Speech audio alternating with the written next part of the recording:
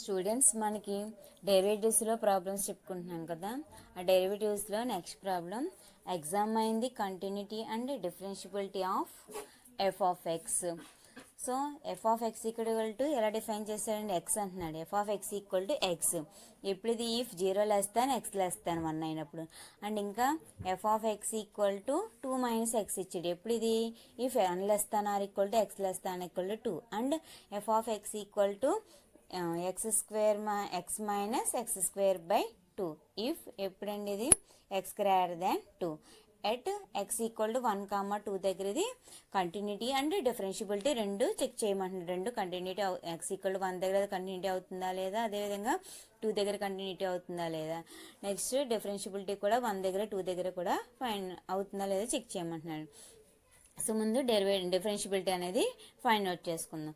మనకు ముందు ఇచ్చిన డేటా రాసుకుందాం. ఇచ్చిన డేటా ఏంటి, F of x equal to X if ఎప్పుడండి ఇది 0 < x <1 అండ్ 1 < or x < 2 అవుతుంటే F of x equal to 2 - x. And ఇంకా x గ్రేటర్ దెన్ 2 ఎప్పుడండి ఇది x - x² / 2 అవుతున్నప్పుడు. సో ముందు 1 దగ్గర 2 దగ్గర కూడా కావాలి కాబట్టి x = 1 దగ్గర చూద్దాం. సో మనకి డిఫరెన్షియబిలిటీ అవ్వాలంటే ఏమవ్వాలి, డెఫినేషన్ ప్రకారం left hand derivative equal to right hand derivative అవ్వాలి. సో కాబట్టి ముందు లెఫ్ట్ హ్యాండ్ డెరివేటివ్ తీసుకుందాం. సో లెఫ్ట్ హ్యాండ్ డెరివేటివ్ అంటే ఏం చెప్తామండి, ఏ పాయింట్ దగ్గర అయితే ఆ పాయింట్ దగ్గర తీసుకుని limit x tends to 1 - f of x minus f of 1 by x minus 1. So limit x tends to 1 - x tends to 1 అంటే మీనింగ్ ఏంటి, అక్కడ మనకి x టెన్స్ టు 1 అంటే ఏం తెలుసండి, x < 1. సో x < 1 అయితే మనకి f of x equal to ఎలా డిఫైన్ చేసాడండి, అక్కడ మనకి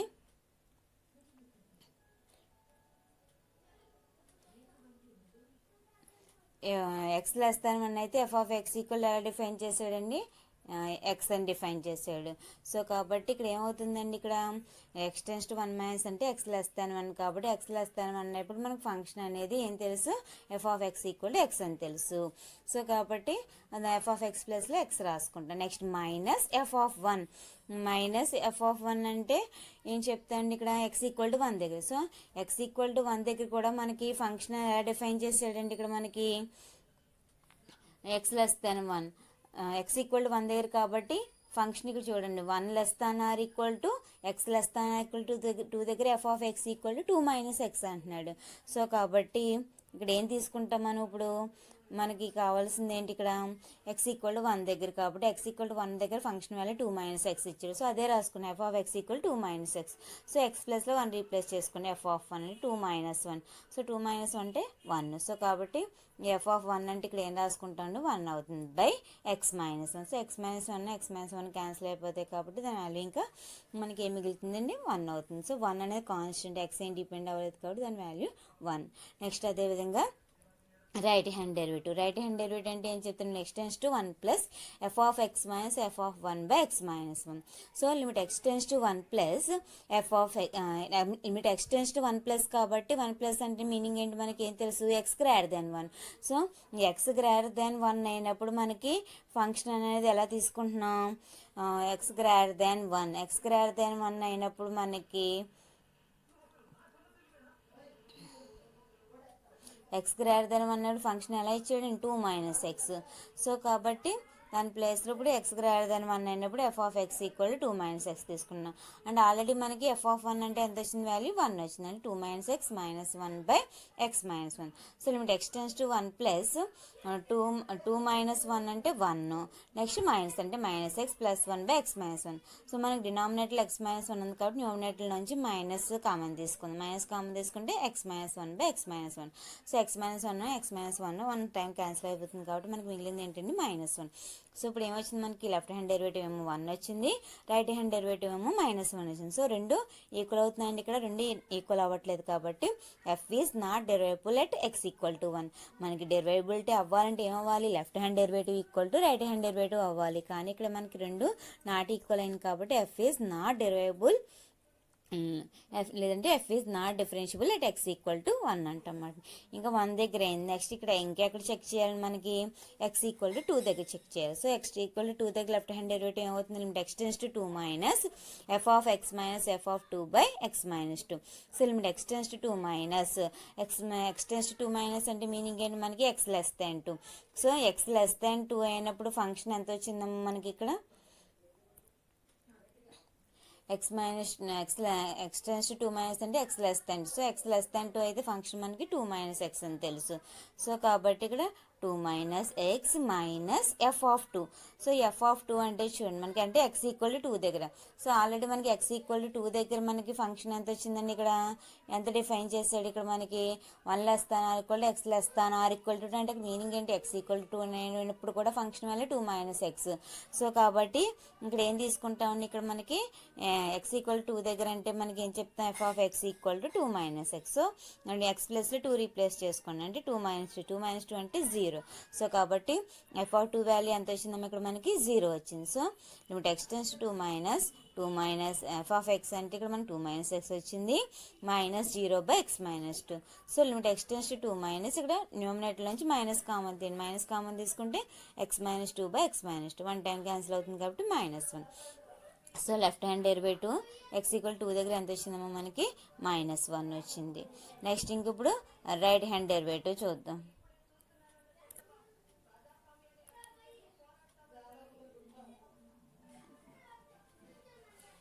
రైట్ హ్యాండ్ డెరివేటివ్ అండి. రైట్ హ్యాండ్ డెరివేటివ్ అంటే ఏం చెప్తే, limit x tends to 2 plus F of x minus f of 2 by x minus 2. So limit x tends to 2 plus అంటే meaning ఏంటి మనకి, X greater than 2. X greater than 2 అయినప్పుడు మనకి function ఎంత ఇచ్చాడో చూడండి, ఎక్స్ గ్రేటర్ దాన్ 2 అయినప్పుడు function ఎంత వచ్చిందమ్మా మనకి ఇక్కడ, so x minus x square by 2. So కాబట్టి ఇక్కడ చూడండి, ఇప్పుడు మనకి ఎక్స్ టెన్స్ టు 2 ప్లస్ అంటే ఎక్స్ గ్రేటర్ దాన్ 2 కాబట్టి limit x tense 2 plus x minus x square by 2 minus f of 2 దగ్గర ఫంక్షన్ వాల్యూ ఎంత వచ్చిందని 0 వచ్చింది. సో కాబట్టి x minus x square by 2 by x minus 2. So limit x tends to 2 plus x minus x square by 2 డినామినేటర్లోనేమో x minus 2 ఉంది కాబట్టి numerator నుంచి ఇప్పుడు ఎక్స్ కామన్ తీద్దాం. ఎక్స్ కామన్ తీసుకుంటే 1 minus x by 2 by x minus 2. Limit x tends to 2 plus minus x into LCM చేయండి, ఇక్కడ 2 minus x by 2 by x minus 2. ఇక్కడ మనకి డినామినేటర్లో ఎక్స్ మైనస్ 2 ఉంది కాబట్టి న్యూమినేటర్ నుంచి మళ్ళీ మైనస్ కామన్ తీసుకుందాం. మైనస్ కామన్ తీసుకుంటే X minus 2 by 2 by x minus 2 అవుతుంది. సో ఎక్స్ మైనస్ 2 క్యాన్సిల్ అయిపోతుంది. ఇంకే మనకి ఏం మిగులుతుందండి, న్యూమినేటర్లో మైనస్ ఎక్స్ బై 2. సో ఇప్పుడు ఎక్స్ ప్లేస్లో 2 రీప్లేస్ చేసుకోండి, లిమిట్ అప్లై చేయండి, -2 బై 2. సో క్యాన్సిల్ అయిపోతే మనకి 1 టైం క్యాన్సిల్ అవుతుంది కాబట్టి -1 అవుతుంది. సో లెఫ్ట్ హ్యాండ్ డెరివేటివ్ ఏమో 2 వచ్చింది, లెఫ్ట్ హ్యాండ్ డెరివేటివ్ -1 వచ్చింది, రైట్ హ్యాండ్ డెరివేటివ్ కూడా -1 వచ్చింది. కాబట్టి left hand derivative equal to right hand derivative అయింది. కాబట్టి ఇప్పుడు ఏం చెప్తాను, ఎఫ్ ఈజ్ డిఫరెన్షియబుల్ అంటే ఎక్స్ ఈక్వల్ టు 2 మాట. అంటే ఎక్స్ ఈక్వల్ టు 1 దగ్గర ఎఫ్ అనేది డిఫరెన్షియబిలిటీ అవ్వట్లేదు, అంటే ఎక్స్ ఈక్వల్ 2 దగ్గర ఎఫ్ అనేది డిఫరెన్షియబుల్ అవుతుంది. ఇంకా ఏం చెక్ చేయమన్నాడు, కంటిన్యూటీ చెక్ చేయమన్నాడు కాబట్టి కంటిన్యూటీ చెక్ చేద్దామని. సో కంటిన్యూటీ అవ్వాలంటే ఏమవ్వాలి, కంటిన్యూటీ అవ్వాలంటే left hand limit equal to right hand limit equal to that limit point అవ్వాలి. సో కాబట్టి ఎక్స్ ఈక్వల్ టు 1 దగ్గర లెఫ్ట్ హ్యాండ్ లిమిట్ కడదాం. So limit x tends to 1 minus f of x.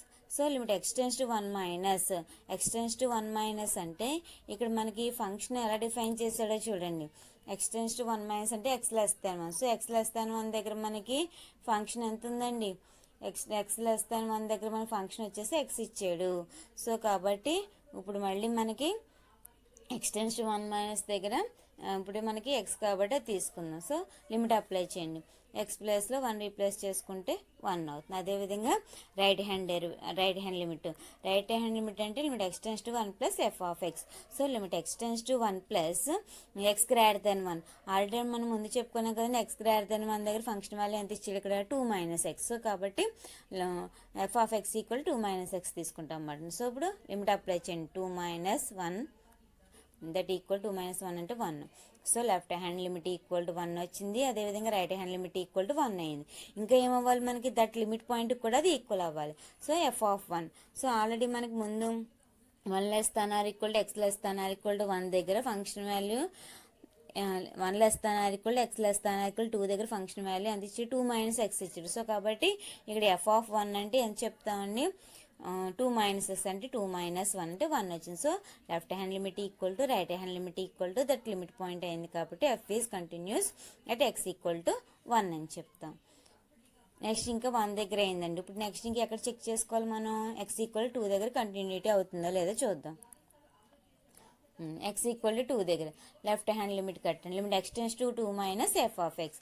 So already మనకి limit x tends to 2 minus అంటే x less than 2. So x less than 2 దగ్గర already మన function ఎలా define చేసాడు, 2 minus X అంటున్నాడు. So కాబట్టి ఇప్పుడు 2 మైనస్ ఎక్స్ తీసుకుందాం. సో ఇప్పుడు లిమిట్ అప్లై చేయండి. 2 మైనస్ 2 అంటే 0.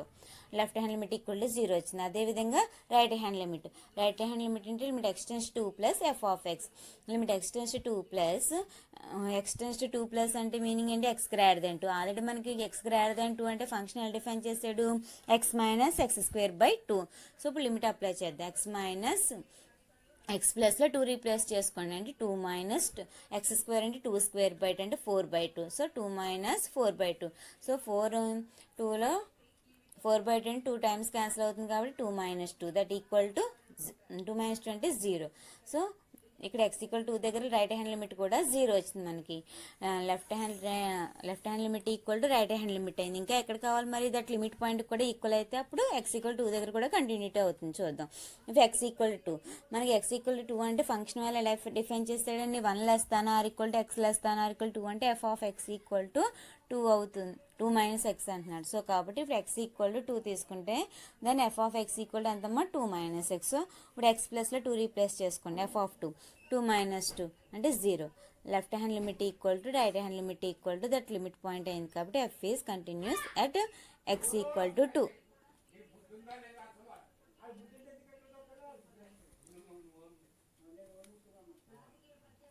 సో ఎఫ్ అనేది continuous at x equal to 2 అవుతుంది. ఇది మనకి ప్రాబ్లం. నెక్స్ట్ థీరం చూద్దామండి. Let f is mapping from closed interval a comma b to R is derivable at C belongs to closed interval a comma b, then f is continuous at C.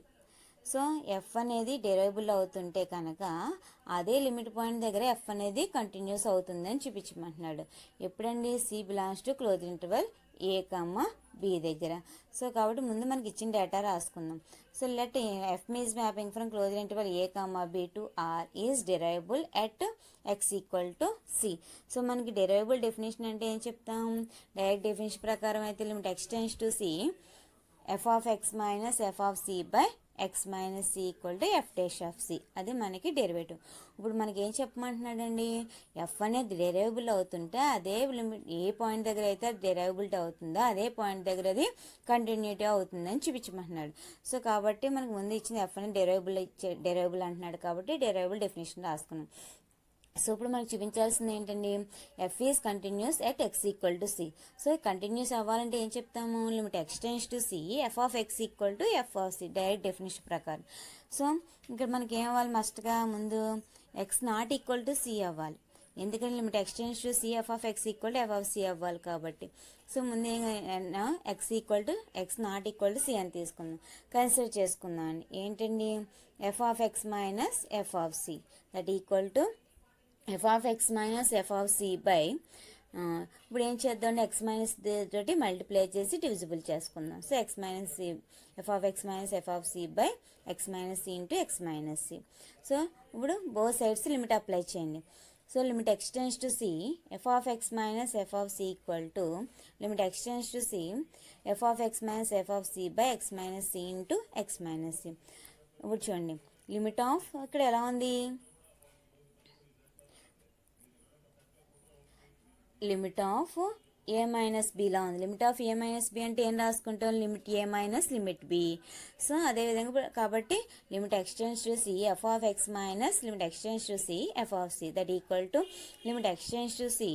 ఇక్కడ చూడండి మళ్ళీ ఇది right side ఎలా ఉంచండి, limit of a బిలా ఉంది. So limit of a into b అంటే మళ్ళీ ఎలా రాసుకుంటాం, limit a into limit b. కాబట్టి limit x tends to c f of x minus f of c by x minus c into limit x tends to c x minus c. So కాబట్టి limit x tends to c f of x minus, ఇక్కడ limit x tends to c f of c, ఇక్కడ f c అనేది constant కాబట్టి కాన్స్టెంట్కి limit apply చేసిన అదే అవుతుంది కాబట్టి ఏమవుతుందండి ఎఫ్ ఆఫ్ సి ప్లస్లో ఎఫ్ ఆఫ్ సి రాసుకుంటాం. Limit x tends to f of x minus f of c that equal to, ఇక్కడ చూడండి limit x tends to c f of x minus f of c by x minus c అంటే మనకి equation 1 చూడండి ఏం చెప్తుంది, limit x tends to c f of x minus f of c by x minus c equal to f dash of c, f derivability definition ప్రకారం. So కాబట్టి దీని ప్లేస్లో ఇప్పుడు ఏం రాసుకోవచ్చండి, f dash of c into limit x tends to c x minus ఉంది, ఇప్పుడు limit apply చేసుకోండి సి మైనస్ అంటే 0, f dash of c into 0. So కాబట్టి ఏమవుతుందండి మొత్తం 0 అయిపోతుంది. Limit x tends to c f of x minus f of c equal to 0. So limit x tends to c f of x equal to F minus f of సిని right side పంపించింది that equal to f of c. So limit x tends to c f of x equal to f of c అయింది కాబట్టి ఏం చెప్తా అండి, f is continuous at x equal to c, అంటే every derivable function ఏమవుతుందండి, continuous అవుతుంది. అదండి theorem.